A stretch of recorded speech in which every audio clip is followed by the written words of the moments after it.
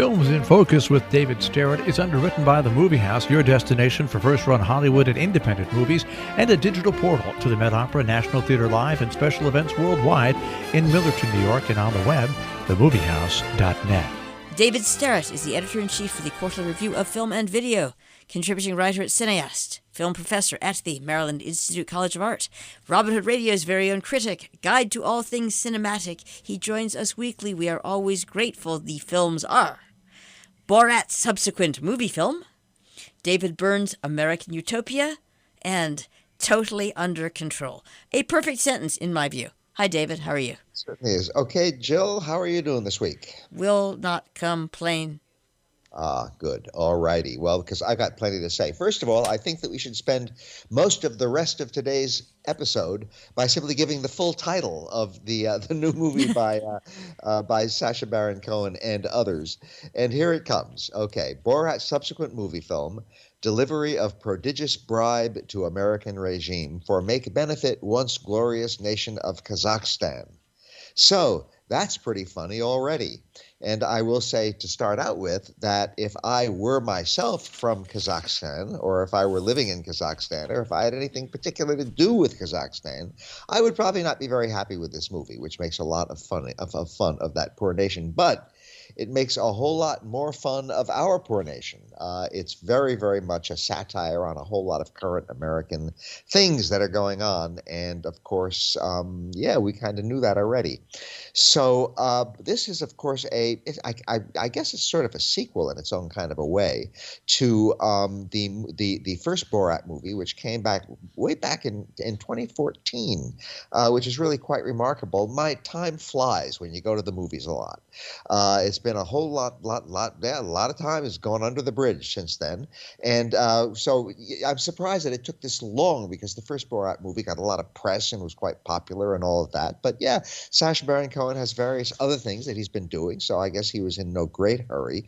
I will mention that he is also this very year, in fact, he's competing with himself because he is in another movie, certainly not a movie by him, but he is playing a dramatic role in another movie right now, The Trial of the Chicago 7, where he plays Abbie Hoffman. Now, Abbie Hoffman, of course, was one of the pranksters of that very real-life situation. Anybody who's not familiar with The Trial of the Chicago 7, which we actually talked about recently on the show, it's a docudrama, a fictionalized version of the trial of the Chicago 7, people who were put on trial for disrupting the Democratic Convention back in 1968. And Abbie Hoffman was one of the pranksters, one of the tricksters of that very serious event.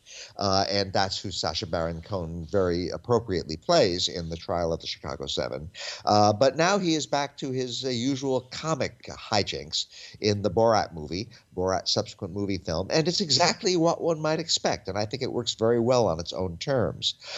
Sacha Baron Cohen is credited as one of the writers, along with a bunch of other people. The movie was directed by Jason Woliner, and we have, once again, Borat, who is supposedly a journalist who comes on a mission from the premier of Kazakhstan to America. He's supposed to do certain things, and the subtitle of the movie tells you a lot about that. And the important thing is, in the beginning of the movie, he's in Kazakhstan, and he's about to set out on his journey. And the important thing is that this time he has his daughter along. Her name is Tutar, and she is played very wonderfully by Maria Bakalova, who is actually in her 20s, and the daughter is supposed to be a teenager.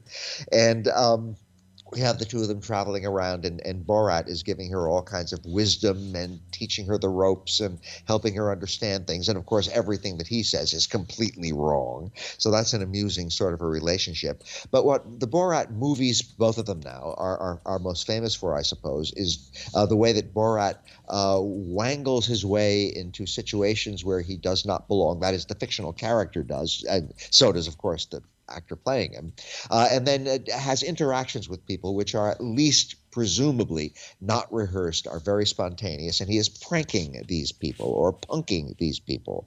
And we have this happening a number of times in the movie. Most famously, and this is, of course, what the new Borat movie is getting most of its press for, Rudolph Giuliani, the former mayor of New York City and great supporter of Trump and all of that. And Sacha Baron Cohen has a lot in for Trump, and there's a lot of anti-Trump stuff in this movie. And one of the most memorable episodes of that is when he gets into the company of Rudolph Giuliani. And he and his daughter do a whole lot of pranking on an apparently unsuspecting Giuliani who does not come off very well. Now, in fact, pretty much everything that I've seen or read or heard about Giuliani over these recent years, he never comes off very well. He has turned into a pretty unsavory character, it appears. That's just my personal opinion, folks.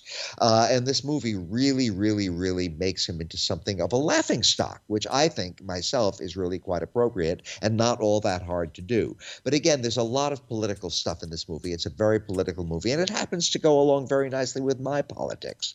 So I'm perfectly happy about that. Is it funny? I found parts of it just hilarious, always in a silly way, often in a stupid way. It's just a movie that pushes my buttons and makes me laugh a lot of the time. Some of the stuff doesn't work at all, but oh my goodness, I really did find Borat's subsequent movie film to be a pretty funny thing. Again, it's very, very, very silly. To the extent that it's serious, it's that it's operating as a satire of a whole lot of current politics, which I think deserves satirizing. But it's very silly. But it has a very serious subtext, very serious undertone, very serious implications. And again, it really made me laugh. So yeah, if you can handle a whole lot of vulgarity and don't mind a whole lot of silliness, I really do recommend Borat's subsequent movie film. It's pretty amusing in its own way. And again, it has a very serious kind of undertone to it, which I think is very appropriate. Our second movie also has a lot to do with entertainment and with politics, and it is David Byrne's American Utopia. And I talked about this a bit briefly, Jill, when I was talking about this year's largely online edition of the New York Film Festival, where this film was featured. Way back in 2018, David Byrne, and I sometimes find with my students, they don't know people who I would assume that they would know. David Byrne was the lead singer and sort of leader of the rock band Talking Heads many years ago. And in 2018, way back 2 long years ago, he put out an album called American Utopia, and it did very well. And then the following year, last year, he put together a stage show based on the album, where he performed the album and did some other things as well. And now that has been made into a movie, which is streaming everywhere, so it's very easy to see. And the movie was made by Spike Lee. Spike Lee, I think, is one of the great American filmmakers, and I got to say that right out. He has made some bad movies, but he's made some masterpieces too, and his overall career has been absolutely astonishing, especially for a black filmmaker, for a minority group filmmaker in the totally white-controlled American film industry. He has just created and sustained a major career over decades, and he is still going strong. And I think he is an absolutely wonderful, wonderful, wonderful figure in American culture, especially, of course, in American film. So he has done this before. He's taken stage shows and made them into very effective movies, and he really does that with David Byrne's American Utopia. The movie is very modestly directed, as the stage show is kind of very modestly staged. The colors go from gray to sort of pale pastels. They're not showy, they're not flashy, they don't knock your eye out, and then back to gray again. The costumes, I think, are interesting, but again, they're nothing fancy, they're nothing ostentatious or meretricious. They're just everything's sort of nice. The choreography is very sort of minimalist, but I think very effective. If you watch it, it just sort of gets under your skin. It's very nice. And of course, above all, the music is nice. I no longer am the great rock music fan that I was many years ago in my youth. But I've always respected what David Byrne does. He's very experimental in a lot of ways, but he also just comes up with a lot of nice songs, a lot of nice melodies. And by the way, just as a performer, as an onstage persona, he sort of looks like a nice older guy in this movie. He doesn't look like a rock star, but he sure knows what he's doing as a rock star. And I think he just does a splendid job of fronting this concert. Now, I said before that this movie also has a good deal to do with politics, and it does, especially when it gets near its later stages. It has a lot of sort of very positive things to say about America. It's called, after all, American Utopia. And he wants us all to vote, which, by the way, I think is an excellent idea. And he wants us all to be progressive and to be, to get beyond our biases and our prejudices and our bigotries and things like that. And he says that in a bit of message mongering near the end of the movie. And I think it's just fine. Again, it's in a good cause. It certainly goes along with my view of America. And this is not overall a heavily political movie. It's overall a heavily musical movie. But there is that political message near the end. And again, it couldn't be more constructive.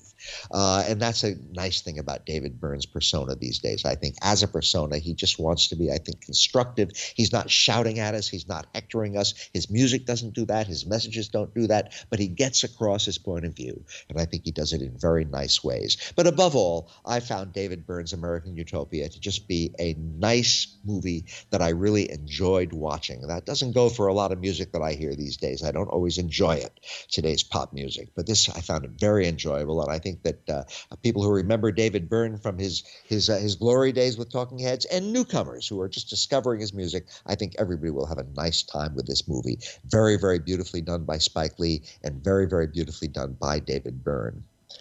Our final movie for today is the most political of them all. Yes, all three of our movies, that's our theme for this week, political films, I guess, but to different degrees. And Totally Under Control is an actual documentary. It's not sort of a phony documentary like the Borat movie.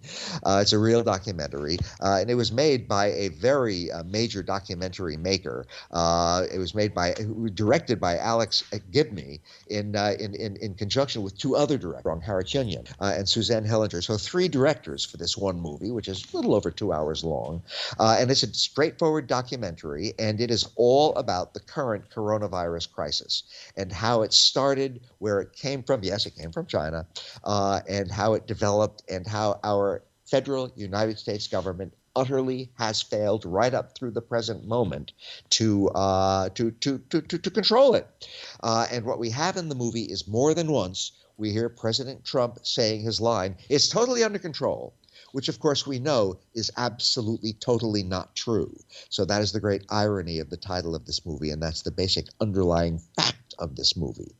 So again, it's a very political film, and it is not, I would say, an anti-Trump movie, but it is an anti-government failure movie, and it shows how the American government has totally failed by comparison with a whole lot of other countries who have, if not kept it totally under control, have kept it under partial control a whole lot better than the American government has. So that is really what this movie spends about 2 hours demonstrating very, very persuasively.